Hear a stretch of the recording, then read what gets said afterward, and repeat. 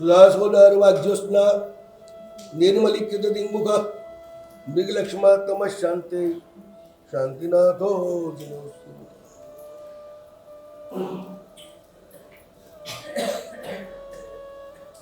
परम करुणाना सागर अचिंत्य महिमा निधान भगवान शांतिनाथ જેમના નામનું સ્મરણ બધા જ ઉપદ્રવોને શાંત કરે, જેમના નામની સ્તવના સર્વ વિઘ્નોને શાંત કરનારી છે. નવા સ્મરણમાં પણ એમના નામના ત્રણ સ્તોત્રો, શાંતિકરમ, અજીત શાંતિ, મોટી શાંતિ. એવા શાંતિનાથ ભગવાન એના જીવનની ગાથા આપણે જોઈ રહ્યા છીએ. હવે થોડું ઝડપથી એમાં ચાલવાનું છે.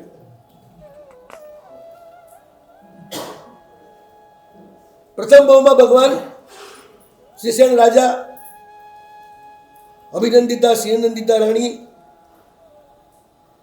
ઇન્દુસેન બિદુસેન દીકરા, બંને દીકરા એક ગણિકાના મોહમાં ભયંકર લડાઈ લડી રહ્યા છે. રાજાને આ જોઈને બહુ દુઃખ થયું. દીકરાઓનું આ અનાચાર જેને પોતે રોકી શકતા નથી, એના દુઃખમાં પોતે ઝેર ભરેલા સુગંધી દ્રવ્ય એનો ઉપયોગ કરી પોતાના જીવનનો અંત આણી દે છે. આમ કોઈ કારણ નથી, બસ દીકરાઓનો દુરાચાર કઈ રીતે સહન થાય? ચારે બાજુ કેટલું બધું ખરાબ લાગે. એમણે બે રાણીઓ સાથે પ્રાણ છોડી દીધા. સાથે સત્યભામા જે પુરોહિતજીની છોકરી છે એ પણ પતિના દુઃખથી દુઃખી છે, એણે પણ એમની સાથે પ્રાણ છોડી દીધા. ચારે મરીને ઉત્તર કુરુ યુગલી ક્ષેત્રમાં ઉગલ્યા થયા. ઇન્દુસેન બિંદુસેન જબરદસ્ત લડાઈ કરી રહ્યા છે ત્યારે મહાદેવથી મણિકુંડલી નામનો વિદ્યાધર આવીને એમને રોકે છે. એમને કહે છે કે ભાઈ શાંતિ રાખો, તમે જેના માટે લડી રહ્યા છો તમારી બહેન છે. પેલા ચોકે છે, પૂછે છે તમે અજાણ્યા માણસ એટલે અમારી બહેન છે કેવી રીતે વાત કરો છો? આ ગણિકા છે. ત્યારે એણે કહ્યું કે મહાદેવમાં વિકલાવતીજીમાં પુંડરીકની નગરીમાં અમિત તેજા તીર્થંકરની દેશનામાં હું ગયો અને ત્યાં આગળ એમને મેં મારા પૂર્વભાવની કથા પૂછી કે મેં પૂર્વભાવમાં એવું કયું પુણ્ય કર્યું જેના કારણે વિદ્યાધર રાજને ત્યાં મારો જન્મ થયો અને જન્મથી આટલી બધી રિદ્ધિ સિદ્ધિને સમૃદ્ધિ મને મળી, એનું કારણ શું? પ્રભુએ મારા જન્માંતરો ઉકેલ્યા. અઢીદ્વીપમાં પહેલો જંબુદ્વીપ, બીજો ધાત્રી ખંડ અને ત્રીજો અડધો પુષ્કરવન. અને બાકીના બંને દ્વીપમાં ડબલ ક્ષેત્રો, પશ્ચિમ ભાગ અલગ, પૂર્વ ભાગ અલગ. આપણે ત્યાં દક્ષિણ ને ઉત્તર વિભાગ છે, બાકીના બંને દ્વીપની અંદર પૂર્વ પશ્ચિમ વિભાગ છે. બંને બાજુ મહાવિદેવ, બંને બાજુ ભરત, બંને બાજુ ઐરવત, બધા ક્ષેત્રો ડબલ, એટલે બધા 5-5 છે. 5 ભરત, 5 ઐરવત, 5 મહાવિદેવ. પુષ્કરવનના પશ્ચિમ વિભાગમાં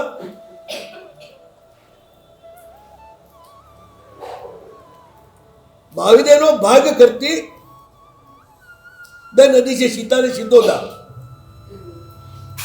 એ ગામથી નીકળીને આમ જાય, એ ગામથી નીકળી આમ જાય, બીજી આમથી નીકળીને આમ જાય. એક પૂર્વ સમુદ્રમાં પડે, એક પશ્ચિમ સમુદ્રમાં પડે. આખું મહાવિદ્ય એમના કિનારે, ત્યાં શીતોદા, ત્યાં સીતા નદી, જેમાંથી ગમે તે એક નદીના કિનારે. એ એવી રીતે વિભાગ કરે છે. મહાવિદ્યના 4 વિભાગ થઈ જાય, દરેક વિભાગમાં 8 વિજય. તો એવી એ શીતોદા નદીના કિનારે સલીલાવતી નામની વિજય છે. આપણું જે ભરત ક્ષેત્ર છે ને, ત્યાં બધી વિજયો છે મહાવિદ્યમાં, અને એ આપણા કરતા ડબલ મોટા. મહાવિદ્ય તો ઘણું મોટું આપણા કરતા, પણ એની એક એક વિજય પણ ભરત ક્ષેત્ર કરતા ડબલ મોટી, નાની નહીં. તો ત્યાં સલીલાવતી વિજય છે, વિત્સુકા નામની નગરી છે, અને નગરીની અંદર રત્નધ્વજ નામના ચક્રવર્તી રાજા રાજ્ય કરે છે. ચક્રવર્તી રાજા 32,000 મુકુટબદ્ધ રાજાઓ જેના ચરણની સેવા કરે, 64,000 રાણીઓ એના સ્વામી, 14 રત્ન અને 9 ધ્યાન એની પાસે. બધા જ રાજાઓને જીતીને સટખંડનો વિજય કરીને ચક્રવર્તી થાય. 16,000 યક્ષો એમની એક એક ભુજાના અધિષ્ઠાય. લાવણ્ય, રૂપ, સૌભાગ્ય, કાંતિ, તેજ બધામાં ચક્રવર્તી સર્વશ્રેષ્ઠ. ચક્રવર્તીમાં બળ કેટલું હોય ખબર છે? બહુ મોટી આ નદી હોય ને, એના પેલા કિનારે એમની આખી સેના, 96 કરોડ પાયદલ, 84 લાખ હાથી, 84 લાખ ઘોડા, 84 લાખ રથ, અને 32,000 રાજાઓ. આ બધા એક દોરડું પકડીને ઉભા રહે. એક મોટું દોરડું, એમાં હજારો દોરડા હોય, લાખો, બધાને એક એક પકડાવે. ચક્રવર્તી આ કિનારે ઉભા રહે, સેના આખી પેલા કિનારે ઊભી રહે, અને બધા જ દોરડાઓ ભેગા કરીને છેલ્લું એક મોટું દોરડું સાંકળ એ ચક્રવર્તીના હાથમાં બાંધવામાં આવે, તે પણ ડાબા હાથમાં. એટલે આ બધા પર જોર કરી ચક્રવર્તીને ખેંચે તો એ ટસથી મસ્ત થાય નહીં. અને ચક્રવર્તી જ્યારે હાથ આમ છે અને આમ આંચકો મારે, પેલા બધા સીધા નદીમાં. આટલું બળ ચક્રવર્તીમાં હોય. તો આવા ચક્રવર્તી રત્નધ્વજ, એમની 2 પત્નીઓ છે, કનકશ્રી અને હેમમાલિની. બંને બહુ પુણ્યશાલિની છે, ચક્રવર્તીને સૌથી વધુ પ્રિય છે. સુખેથી કાળ વીતી રહ્યો છે. એમાં કનકશ્રીએ રાત્રિના ટાઈમે સુખશૈયામાં સૂતેલી હતી, ત્યારે એક મજાનું સપનું જોયું, જેને ફળ લાગેલા છે, ફૂલ પણ લાગેલા છે, લીલાછમ પત્તાથી જે આખી ભરેલી છે, એવી 2 કલ્પ વેલડીઓ એના ખોળામાં આવી. પોતાના ખોળામાં એને 2 કલ્પ વેલડીઓ જોઈ. ઉત્તમ સ્વપ્નો, જેને બહુ વિકલ્પો ઓછા હોય, જે મળ્યું છે એમાં સંતોષ હોય, એવી વ્યક્તિઓને જ આવતા હોય છે. જે મળ્યું છે એમાં અસંતોષથી જે રોતું હોય, એને ક્યારેય સારા સ્વપ્ન આવે નહીં. સંતુષ્ટ વ્યક્તિને ત્યાં જ પુણ્યશાળી આત્મા જન્મ લેવા આવે. ધોબિયા અને અસંતોષીને ત્યાં દેવતાઓ કે પુણ્યશાળીઓ ક્યારેય જન્મ લેવા ના આવે. 2 મજાની કલ્પ વેલડીએ જોઈ, જાગી, પતિને જઈને વાત કરી કે આ રીતે રાત્રિના પાછલા પહોરમાં સુખે સૂતેલી મેં આવી 2 કલ્પ વેલડીઓ મારા ખોળામાં આવીને પડી છે, એ જોયું, શું થશે એનું ફળ? ચક્રવર્તીએ કહ્યું કે રાણી તમને 2 દીકરી થશે. જોડલું જોયું છે એટલે 2 દીકરી થશે, અને કલ્પવેરણી જોઈ છે એટલે દીકરીનું સૂચન કરે છે. હેમમાલિનીએ પણ થોડાક દિવસ પછી સપનું જોયું, એને પદ્મલતા જોઈ, કમળના ફૂલની વેલડી એમણે એ જોઈ. એ પણ જાગ્યા, એમણે જઈને વાત કરી પતિને કે મેં આવું સપનું જોયું. ચક્રવર્તીએ કહ્યું કે તને પણ 1 દીકરી થશે. ધીરે ધીરે બેના ગર્ભ વધવા લાગ્યા. ટાઈમ પૂરો થયો, બંનેને એક સાથે સુવાવડાવી. કનકશ્રીને 2 દીકરીઓ થઈ, હેમમાલિની 1 દીકરી થઈ. રાજાએ બંનેના વધામણા કર્યા. રાણી બહુ વાલી હતી એટલે રાણી જે આપે, દીકરો આપે કે દીકરી આપે, એની કે બહુ મહત્વ નહોતું, જે મળે બરોબર. 12 દિવસ પૂરા થયા, અશુચિ દૂર થઈ. પછી રાજાએ બંને દીકરીઓના નામ આપ્યા, કનકલતા અને પદ્મલતા.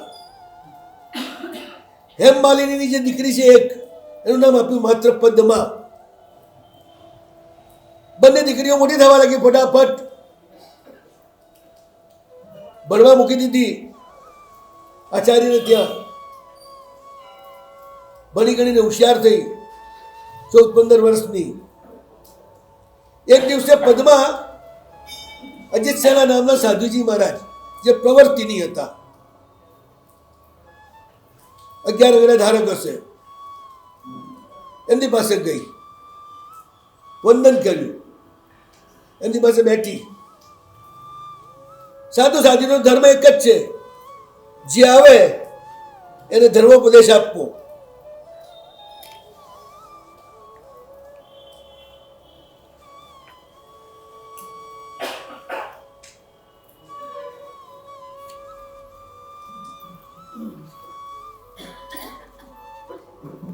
સાધુએ સમજાવ્યું કે બેટા આ સંસાર અસાર છે,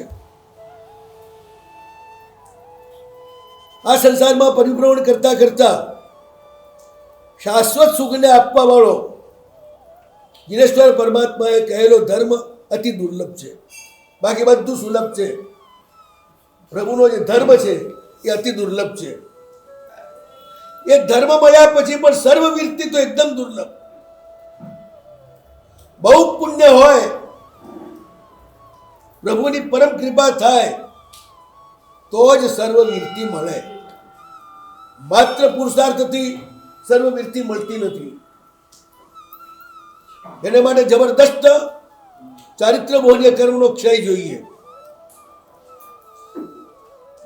સાધુ પણ ગમે દર્શન મોહનીના ક્ષયથી, સાધુ ગમે દર્શન મોહનીના ક્ષયથી, સાધુની ભક્તિ ગમે દર્શન મોહનીના ક્ષયથી, પણ સાધુ પણ લેવું ગમે ચારિત્ર મોહનીના ક્ષયથી.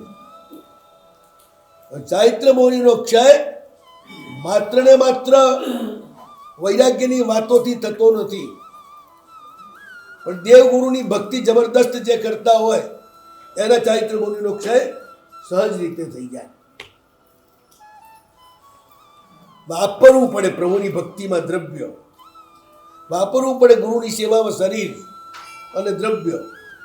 આ બધું વાપરીએ તો જ મોહનીય કર્મનો ક્ષય થાય. જેને મોહનીય કર્મ બહુ સતાવતું હોય ને એને રોજ રાતે સાધુ અને સાધ્વી, સ્ત્રીઓ સાધ્વી, પુરુષો સાધુના રોજ પગ દબાવી જાય તો ધીરે ધીરે આપોઆપ એનો મોહ તૂટવા માંડે. જે બ્રહ્મચર્ય વગેરેનું પાલન ન કરી શકતો હોય એ પણ સાધુઓના સ્પર્શથી અને સેવાથી એવો કર્મક્ષય થાય કે આપોઆપ સહજ રીતે સદાચાર, શીલ, બ્રહ્મચર્ય એના જીવનમાં આવે. આ બધા ઉપાયો છે. માત્ર મનને સમજાવો બહુ ભૂંડું છે બહુ ખરાબ છે હું આમ છે તેમ છે કશું ના થાય નથી. તમારો લોભ બધે જ નડે. ભક્તિ માટે ખર્ચવું પડે, શરીર ખર્ચવું પડે, દ્રવ્ય ખર્ચવું પડે, વસ્તુ ખર્ચવી પડે. ધર્મ ફોકટીઓ મળતો નથી. અસાર એવા સંસારના પદાર્થો પરમાત્માની ભક્તિમાં, ગુરુમાની ભક્તિમાં વાપરે એને જ વીરતી ધર્મ ઉદયમાં આવે. એક સામાયિક બી કરવું બહુ અઘરું છે. કેટલા એવા શ્રાવકો જોયા છે. મારા એક દૂરના મામા સંસારી જ્યારે મળવા આવે ત્યારે 2 કલાક બેસી જાય. એકવાર મારા બાપા મારીને પકડ્યા. મારા બાપા મને ટેકો હતો, જ્યાં આવે ને નૌકાર પકડાવો, સામાયિક પકડાવવું, રાત્રિ ભોજન છોડાવવું અને પૂજા સ્વરૂપ કરાવવું. આ 4 એમના મિશન હતા. જ્યાં બી રહે ને આખા ગામને પલટે. આ રીતે બધાને કંદમૂળ ખાતા બંધ કરે, બધાને રાત્રે ખાતા બંધ કરે, પૂજા કરતા કરી દે અને સામાયિક કરતા કરી દે અને નૌકાર ગણતા કરી દે. એમને આ એક જ વાત, જે આવે ને આ રીતે જ પકડવાના. પછી સાધુ આવે તો સાધુને પકડે.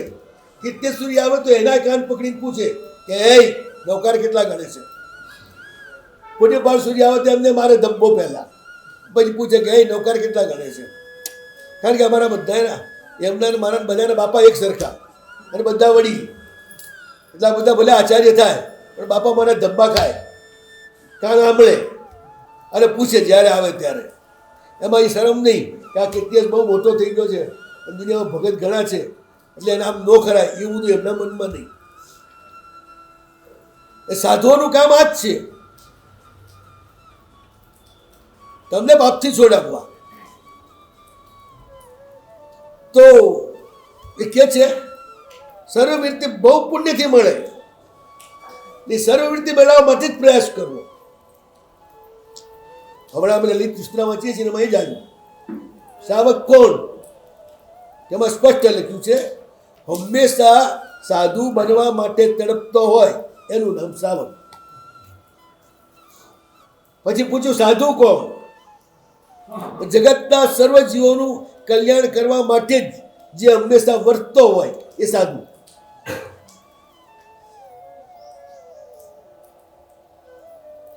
બધું પરિણામ ઉપર જ છે.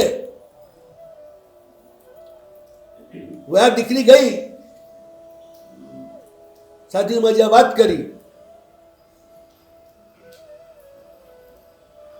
એનું ભવિતવ્યતા પાકી ગઈ હશે, બૌર્ય કર્મ ઓછું થઈ ગયેલું, ભક્તિ ખૂબ કરતા હતા રોજ, તો જ સાધુ પાસે જવાનું મન થાય ને.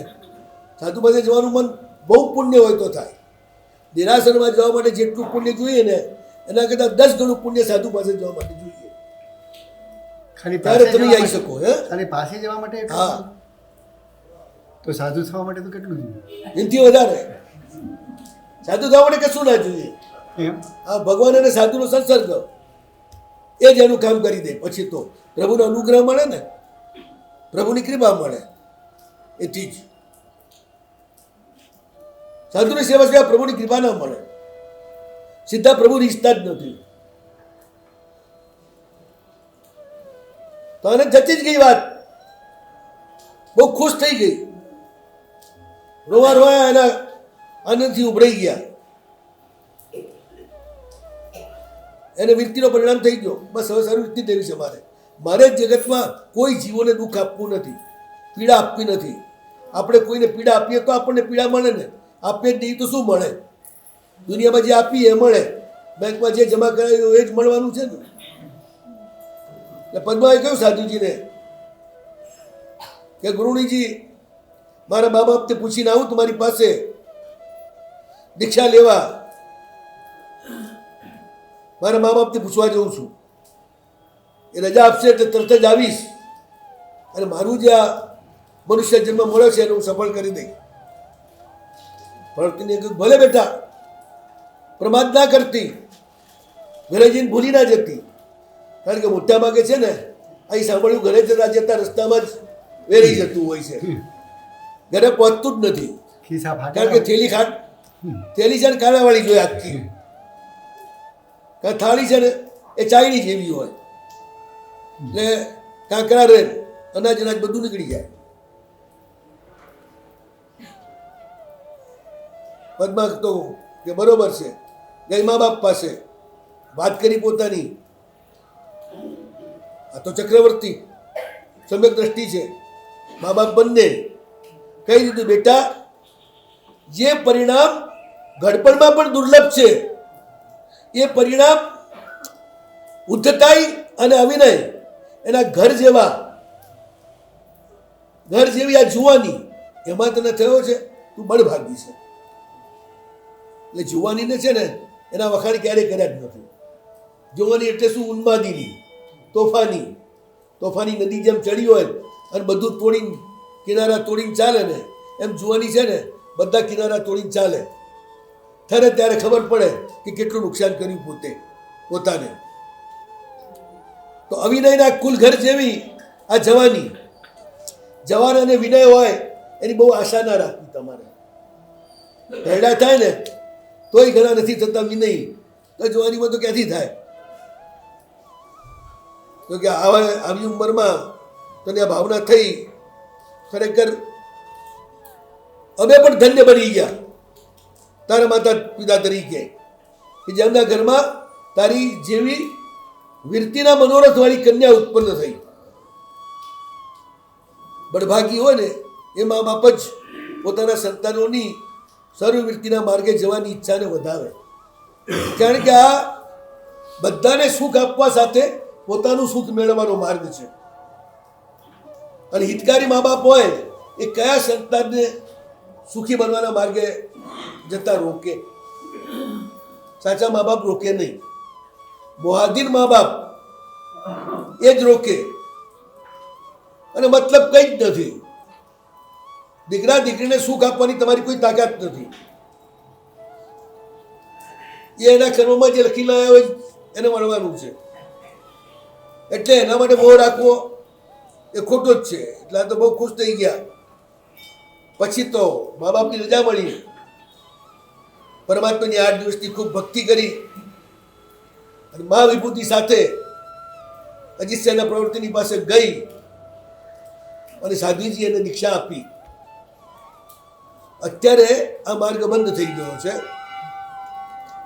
પણ જ્યારે 11 અંગના જો કરતી સાધ્વીઓ, ત્યારે જેમ હવે ગણીને પન્યાસ થઈએ ને એમ સાધ્વીઓ પણ પ્રવૃત્તિની અને ગણીની થતી. અને જે ગણીની ને પ્રવૃત્તિની થાય એને દીકરીને દીક્ષા આપવાનો અધિકાર, પુરુષને નહીં. તો આ રીતે અજીત્યના પ્રવૃત્તિની અને આ તો પાછો મહાવીદેવનો રિવાજ. આપણા રિવાજને એને કંઈ લાગે વળગે નહીં. તો આ રીતે એમણે દીક્ષા આપી, બહુ સરસ રીતે પાલન કરે છે. એમાં એક દિવસે એણે કહ્યું કે ભગવતી, તમે જો મને આજ્ઞા આપો તો એક તપ મારે કરવો છે. આ નવો તપ છે, કર્મ ચતુર્થ નામનો તપ. એ મારે કરવો છે. તો પ્રવૃત્તિની કહ્યું, ભલે બેટા, જુવાનીમાં તપ થાય, વૃદ્ધાવસ્થામાં શરીર ઢીલું પડે એટલે તપ થઈ શકે નહીં, તો કર. એમાં આગળ પાછળ 2 અઠ્ઠમ અને વચ્ચે 60 ચોથ ભક્ત, એકાશનું ઉપવાસ, એકાશનું ઉપવાસ, એકાશનું ઉપવાસ, એટલે 60 ચોથ ભક્ત. એ 60 એકાશના 60 ચોથ ભક્ત કેટલા દિવસ થયા? 120. અને 2 અઠ્ઠમ એકાશનું, 2 અઠ્ઠમ એકાશનું, 128 દિવસનો આ તપ. ભલે બેટા કર. એને તપ બહુ સરસ રીતે કર્યો. તપ કર્યા પછી એક વિચિત્રતા જોવાની સંસારમાં, કે ક્યારે મનના પરિણામો આમથી તેમ થઈ જાય એનો કોઈ પત્તો નથી. એટલે કોઈ પણ ખોટા આલંબન, એનાથી મૃત્યુ સુધી પણ સાધુએ સાવધાન રહેવું પડે. તો આચાર્યને પણ ક્યારેક એવું કોઈ દ્રશ્ય જોવાઈ જાય તો એમના પણ પરિણામ પડી જાય એવી ઘટના બની શકે. આ ઠલ્લે જવા માટે નીકળી છે. ગામની બહાર જઈ રહી છે ત્યાં મદન મંજરી નામની અત્યંત રૂપાળી એક ગણિકા છે અને એ ગણિકા એટલી બધી રૂપાળી છે એના ઉપર બે રાજકુમાર મોયા છે અને બંને ત્યાં આગળ ભયંકર યુદ્ધ કરી રહ્યા છે. પેલો પેલાને મારવા પ્રયાસ કરે છે, પેલો પેલાને મારવા પ્રયાસ કરે છે. એમને આ ગણિકા જોઈએ છે. આ જોઈને પદ્માના મનમાં નબળો વિચાર આવી ગયો. વારે વાહ કે આ ગણિકાનું સૌભાગ્ય કેવું, એના માટે બબ્બે જણા મરવા તૈયાર થયા છે. અંત કહેવાય આવા ઉત્તમ રાજકુમારો એક આ મિશા ખાતર આવી રીતે મરવા તૈયાર થાય એટલે મારો મારો કરતા લડી રહ્યા છે. જબરદસ્ત આનું સૌભાગ્ય. ત્યાં એક નબળો વિચાર આવ્યો, મારા આ તપનું ફળ જો હોય તો આવતા ભાવમાં હું પણ એવી થઉં કે મારા માટે મને મેળવવા માટે રાજકુમારો લડે. આવો નબળો વિચાર પદ્માને આવી ગયો. નિયાણું કરી નાખ્યું. સાધુ ધર્મ, તપ ધર્મ, એના બદલામાં સંસારનું કંઈ પણ તમે માંગો એ નિયાણું કહેવાય. એ તમને મળે તો ખરું, પણ પછી સદગતિ ના થાય તમારી, સંયમ ન લઈ શકો. જેમ વસુદેવ આગલા ભાવમાં બડા દુર્ભાગી હતા, કોઈ દીકરી એમને પરણવા તૈયાર ના થાય. છેવટે દીક્ષા લીધી, પણ આ મનમાં રહી ગયું, કારણ હું કેવો દુર્ભાગી કે કોઈ દીકરી મને પરણવા તૈયાર થાય નહીં. પરણવાની વાત કરતો પેલી છોકરી કહી દે ફાંસો ખાઈને મરી જઈશ, પણ એમની જોડે નહીં પરણવું. મરતી વખતે એમના મગજમાં થયું કે મારું આ જે ધર્મ એનું ફળ હોય તો આવતા ભાવમાં હું સૌભાગી થઉં. એ નંદીશાન મુનિ કાલ કરી દેવલોકમાં થઈ અને ભગવાન નમિરાતના કુળમાં એના સૌથી નાના કાકા તરીકે જન્મ્યા. સૌથી મોટા સમુદ્ર વિજય ભગવાનના પિતા, સૌથી નાના વસુદેવ કૃષ્ણના પિતા, એ તરીકે જન્મ્યા. સૌભાગ્ય એટલું જબરદસ્ત કે 100 વર્ષ આખા હિન્દુસ્તાનમાં ત્રણેય ખંડ અને વિદ્યાધર લોકમાં વિચરી 72,000 કન્યાઓ સાથે એમના લગ્ન થયા. ક્યાંક ક્યાંક તો એક સાથે 500 છોકરીઓ સાથે, 1000 છોકરીઓ સાથે એમના લગ્ન થયા. વાસુદેવ અને બળદેવ આવા પુણ્યશાળી બબ્બે દીકરાઓના બાપ, તીર્થંકરના કાકા. મળ્યું સૌભાગ્ય એવું, કોઈ જીવનું બુરું નહોતું વાંચ્યું, માત્ર એવું સૌભાગ્ય જ વાંચ્યું હતું. કોઈ વસ્તુ પણ નથી વાંચી, પણ તોય એક એવું કર્મ બંધાણું કે એ ભાવમાં દીક્ષા ન લઈ શક્યા. વસુદેવની 2 પત્નીઓ દેવકી અને રોહિણી, કૃષ્ણની માં અને બલદેવની માં, જે ભવિષ્યમાં તીર્થંકર થવાની છે. આ 3 જણા સિવાયની 72,000 રાણીઓએ દીક્ષા લઈ લીધી વસુદેવની. એ રાણીઓમાં એક તો દમયંતી હતી. દમયંતી કાળ કરી દેવલોકમાં ગઈ. દમયંતી થઈ ગઈ શાંતિનાથ ભગવાનના શાસન પહેલા. એ કાળ કરી દેવલોકમાં ગઈ. એમના પતિ નળ જે છે એ કુબેર છે, પણ કુબેરનું આયુષ્ય સાગરોપમાનું. દેવીનું આયુષ્ય 4 પલ્યુપમથી વધારે ના હોય. દેવલોકમાં કોઈ પણ દેવીનું આયુષ્ય, ચાહે ઇન્દ્રની ઇન્દ્રાણી હોય ને તો પણ 4 પલ્યુપમથી વધારે એનું આયુષ્ય ના હોય. અને દેવનું આયુષ્ય 2 સાગરોપમ. એક સાગરોપમમાં 10 કરોડ ને 10 કરોડે ગુણો એટલા પલ્યુપમ થાય. એટલે એક દેવની કેટલી દેવીઓ થાય એની તમે ગણના ન કરી શકો. વસુદેવ એટલે દમયંતી ત્યાં આગળ એમની દેવી તરીકે ઉત્પન્ન તો થયા નળના, પણ 4 પલ્યુપમ પૂરા થયા એટલે એમનું આયુષ્ય પૂરું થયું. વસુદેવના સમયમાં જ એ ભરત ક્ષેત્રની અંદર જ એક નગરમાં એક સમ્રાટની દીકરી થયા, કનકપતિ એમનું નામ. અને જ્યારે એનો સ્વયંવર થયો ત્યારે કુબેર ખુદ આવ્યા આગલા બહુના મોહથી, અને વસુદેવનું રૂપ લઈને બેસી ગયા. એમને ખબર હતી કે આ છોકરી વસુદેવને જ પરણશે, પણ છોકરીએ પણ બહુ હોશિયારી કરી બે વસુદેવ જોઈને કે મારા હૈયામાં જે વસુદેવ છે એને હું પરણું છું એમ કરીને પોતાના ગળામાં જ માળા નાખી દીધી. એટલે કુબેર બિચારા મોઢા પડી ગયા, પછી જતા રહ્યા કુબેર. અને એ રીતે દમયંતી જેવી સતી પણ વસુદેવની પત્ની થઈ. આવી તો અસંખ્ય પુણ્યશાળી દીકરીઓ એમની પત્ની થઈ. બધું થયું પણ સાધુ પણ ના મળ્યું. મરીને દેવલોકમાં ગયા, આવતા બહુમાં સાધુ મળશે, પણ જ્ઞાનું કરીને આવે એટલે એ બહુમાં તો સાધુ પણ નસીબ ના થાય. આવું બધું કર્મનું કામ છે. નલ રાજા અત્યારે કુબેર છે. એટલે આપણે ત્યાં એક કહેવત છે, એટલે પ્રાચીન પરંપરાથી ચાલી આવે છે કે નળ પોતે જ કુબેર છે. એટલે જે દેશમાં નલાખ્યાન, આપણે ત્યાં પહેલાં મહાભારત નહોતું ચાલતું, આપણે ત્યાં પહેલાં રામાયણ બહુ નહોતું ચાલતું. રામાયણ ને મહાભારત નહીં, મહાભારત તો ખાસ નહીં, પણ રામાયણ પણ અમુક ટાઈમે જ ભજવાતી રામલીલા. નળાખ્યાન ગામડે ગામડે ચાલતું. જ્યાં નળાખ્યાન ચાલે ત્યાં એ કુબેર ખુશ થાય, એટલે એ ગામની મની ક્રાઇસિસ ખતમ કરી નાખે. ગમે તેવી બજાર તૂટી ગયેલી હોય અને વ્યાખ્યાનમાં જો નળ ચરિત્ર વંચાય તો આખો સંઘ મની ક્રાઇસિસમાંથી બહાર નીકળી અને એકદમ ધનાઢ્ય બની જાય. આ હકીકત છે. નળનું એટલું બધું એમ પણ કહ્યું છે કે નળને દમયંતી એમના શીલના કારણે એટલો એમના નામમાં પ્રભાવ છે કે તમે ક્યાંય બહાર જતા હો અને કોઈ અપશુકન થાય ગમે તેવું, બિલાડી આડી ઉતરે કે સાપ આડો ઉતરે તો 7 વખત null Damayanti null Damayanti null Damayanti બોલી નીકળો એટલે અપશુકન શુકન થઈ જાય. એટલાય પુણ્યશાળી છે. પણ મૂળ નિયાણ કર્યું ને વસુદેવે, એમ આને પણ નિયાણું કરી નાખ્યું કે આવતા બહુમાં મને પણ આવું સૌભાગ્ય મળે. હવે એણે અર્ષણ કર્યું છેલ્લે, પણ એમાં આની આલોચના ન કરી. જે નિયાણું કર્યું હતું એની આલોચના ન કરી. આયુષ પૂરું થયું, મરીને એ સૌદર્મ દેવલોકમાં દેવી થઈ.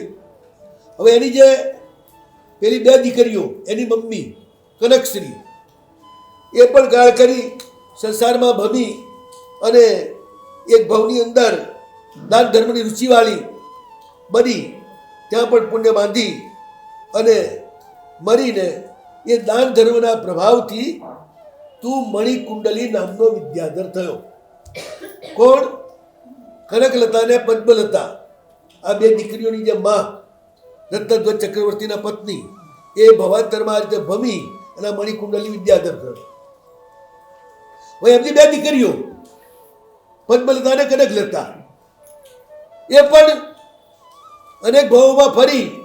પદ્મા તો દેવલોકમાં ગઈ, આ લોકો બધા દેવલોકમાં નથી ગયા, સંયમ લીધું નથી. એટલે અનેક ભાવમાં ભમી પાછો પ્રભુનો ધર્મ મળ્યો એ કરી અને મરી. અને એ બંને જે દીકરીઓ હતી એ રાજા શીરસેનના 2 દીકરા ઇન્દુસેન અને બિંદુસેન એ થયા. 3 બહેનો, કનકલતા પદ્મલતા અને પદ્મા. તો કનકલતા અને પદ્મલતા થયા ઇન્દુસેન ને બિંદુસેન, અને પદ્મા થઈ અનંગવતી ગણિકા. આગલા ભાવમાં જે એણે નિયાણું કર્યું હતું એ નિયાણાના કારણે એવી એ મરી અને આ રીતે આ અનંગવતી ગણિકા જેના માટે તમે લડી રહ્યા છો એ થઈ. એટલે તમારા આગલા ભાવની બેન થઈ કરી કે તમે 3 બહેનો હતી, 2 બહેનો આ 2 ભાઈ થયા, અને એ બેન છે એ ગણિકા થઈ જેણે આગલા ભાવમાં એવું કર્મ બાંધ્યું. એટલે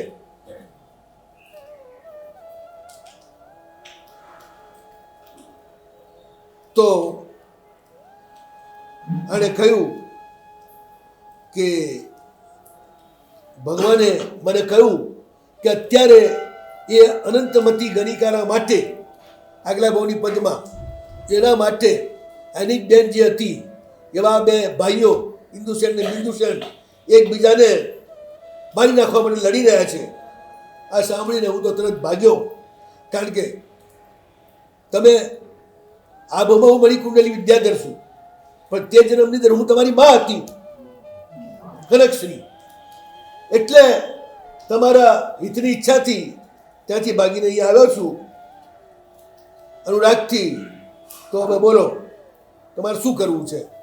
યાદ કરો, તમે રત્નધ્વજ જેવા મહાન ચક્રવર્તી એના દીકરા હતા અને આ શું માની બેઠા છો? આ બધા ભોગ તો વેરને કરવા વાળા છે. એવા ભોગથી વિરમો.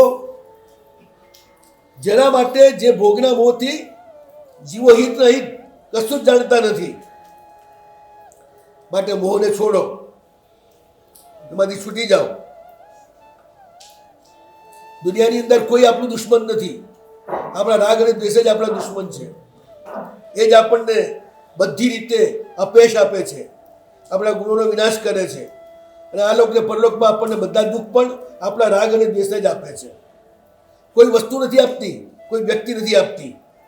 માટે લડવું હોય તો રાગ અને દ્વેષ સાથે લડો, પણ એક ગણિકા એના માટે આવી રીતે ના લડાય દાદાભાઈ. અને બીજું, ભગવાને સ્પષ્ટ કહ્યું છે કે તમે ચરમ શરીરી છો. આ ભવમાં જ તમારે મોક્ષે જવાનું છે. એટલે આ મોહ છોડી દો. બે જણા સાંભળી વિચારમાં પડી ગયા, જન્મ જન્માંતર યાદ આવ્યા અને કહ્યું કે જે ભોગ કેટલી વાર ભોગવ્યા છે આના કરતા શ્રેષ્ઠ એવા ભોગ પાછળ અમે ગાંડા થઈ અને આ રીતે મરવા મારવા તૈયાર થઈ ગયા. ગજબ કરી નાખ્યું. આપણને શું જન્માંતર યાદ નથી ને, એટલે બધું નવું લાગે છે. જેમ એક દિવસ બહુ જમ્યા હો, એટલું બધું જમ્યા કંટાળો આવે, હવે કંઈ ના જોઈએ, પણ એ જ પાછું 24 કલાક 48 કલાકમાં હજમ થઈ જાય અને ત્રીજા ચોથા દાડે પાછા એના એમ જ તૂટી પડે ખાવા માટે. એવું જ છે આ સંસારના ભોગો. જો જન્મ જન્માંતર યાદ હોય, જાતિ સ્મરણ હોય, તો બીજી વાર ભોગવાનું મન થાય જ નહીં અને ભૂલી જાઓ છો. મોહ તમારે તમને ચક્કરમાં નાખી દે છે, જેથી પાછા તમે આ ચક્કરમાં ચડી જાઓ છો. હે? મારી સેવા કરવી જોઈએ.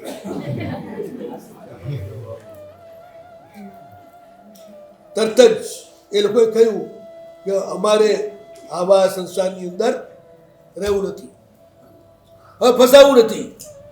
હજી તો પેલી રાજકુમારી આવેલી છે ને, એની સાથે એનું લગ્ન પણ થયેલું છે.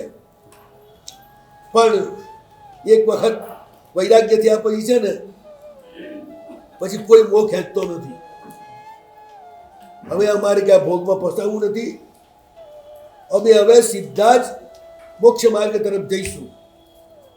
મણિકુંડલીને કહે છે કે તમે અમારા પૂર્વભાવની માં, એ ભાવમાં માં હતા, તો આ ભાવમાં પણ એ સ્નેહને યાદ કરી અને મારું કલ્યાણ થાય, મારું હિત થાય, એ માટે તમે જે પ્રયાસ કર્યો એના માટે અમે તમારો માની એટલો ઉપકારવું છું. અમારો ભલે આ ભાવમાં મોક્ષ હોય, પણ તમે જો ના આવત તમે દુર્ગતિમાં જ જાત એકબીજાને મારીને. એટલે તમે અમારા ગુરુએ છો, દોસ્ત પણ છો, મા પણ છો, બધું જ તમે છો.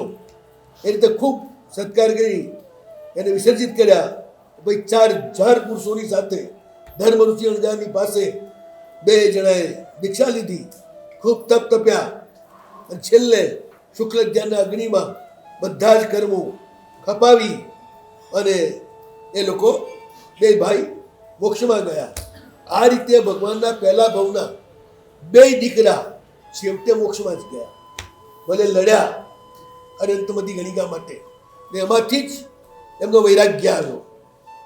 આ બાજુ શિષ્યન રાજા ઉત્તર કુરુક્ષેત્રમાં યુગલિયા તરીકે ઉત્પન્ન થઈ 3 પલ્યોપમનું આયુષ્ય પૂર્ણ કરી સૌધર્મ દેવલોકમાં ગયા. ત્યાં આગળ પણ 3 પલ્યોપમનું આયુષ્ય છે એ ત્યાં ભોગવી રહ્યા છે. ય પરમ પવિત્રમ સફલો એ સ્મિતમ ભવતીય મૈસેયમ સંતીર્ણાસ્યયમ ઉપચર્ય વિશિષ્ટમ લેશો કિંચિ સિદ્ધમ કણો ભાવ કયાણમ દારણમ બોધવાણમ. આવું પરમ પવિત્ર સર્વલોકમાં પ્રખ્યાત 3 ભાવનું શાંતિનાથ ભગવાનનું આ વર્ણન એ સંસારની અંદર ડૂબી રહેલા જીવો એના બધા દુઃખોને દૂર કરનારું થાવ. હવે આપણે ચોથા અને પાંચમા ભાવની વાત કાલથી શરૂ કરશું. શિવમાસ્તુ સર્વ જગત શિવમાસ્તુ સર્વજગત પરહિત નિરતા ભવંતુ ભૂતગણ પરહિત નિરતાનવંતુ ભૂતગણા દોષા પ્રયાન્તુ નાશમ દોષાપ્રયાન્તુ નાશમ સર્વત્ર સુખી ભવતુ લોક. સર્વત્ર સુખી ભવતુ